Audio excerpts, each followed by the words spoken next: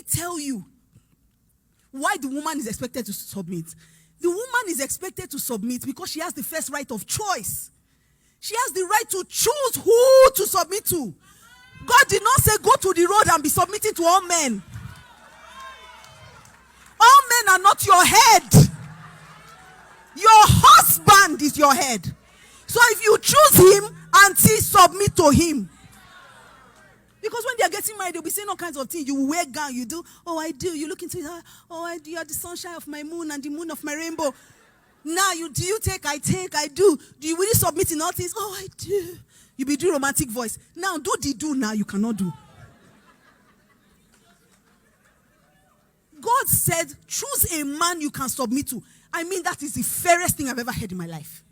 When I was growing up, my mom had this rule. If you want to share something, the oldest will share and the youngest will pick first. That's what God did. God said, pick, then you must submit.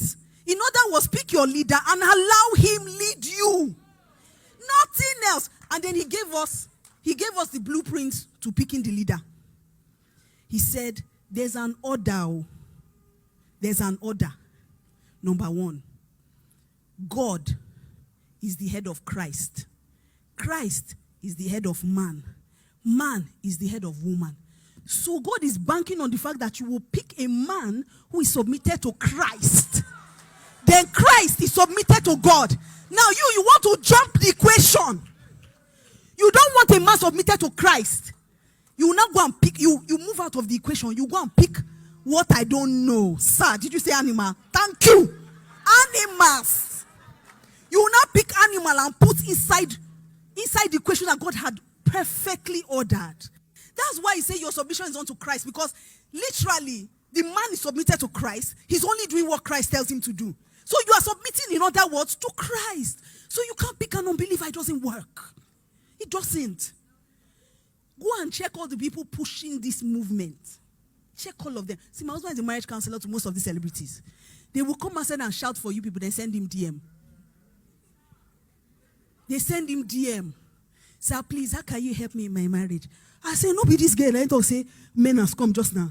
But she wants to help me. She wants help in her marriage. Pastor go say, leave her, I need help. Which help? But what about the millions she has drawn down? That's my fight. That's my fight. So my question again is, who told you? Be careful who you are listening to. Everything you hear, you must run it by the word of God. Everything.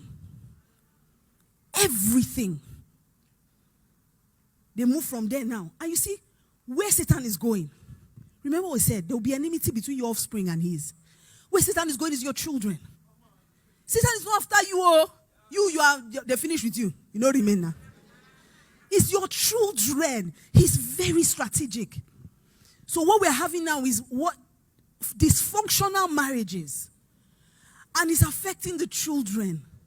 You think I'm done. I'll just go. I can take care of my children. But you've forgotten that the real reason why God wanted you and your husband together is that balance. He gives your child that nature, identity, and you bring nurture. So that two of you raise a balanced child. Most of the people we have in counseling today are people who are from homes that have been divided. And so these children are battling with so much. I'm not altogether saying that. I mean, I know a lot of people are in terrible situations and terrible marriages. Some of them of no fault of theirs. Maybe the person pretended and all of that. Yes, there are exceptions that prove the rule. But it's not the one you open your eye and enter. And let me say this, the person you are playing with is not playing with you. Satan is not a nuisance. He's an enemy. The difference between a nuisance and an enemy, a nuisance is just trying to annoy you. An enemy wants to destroy you. Bible says he's come to kill, to steal, and to destroy. Satan is not just interested in making you sick. He wants to kill you and destroy you by running down your finances. He has an agenda. So it always amazes me the way Christians, especially Christian women, because all these things rise and fall on you women. You choose the family. You make the family. Anybody can toast you. Any man has the right to toast you. Now in mouth. If they can do anything he wants. Can come to you and say, oh girl, I like you. It's up to you to say, Oga, miss me, oh. If you see me, they come past another place.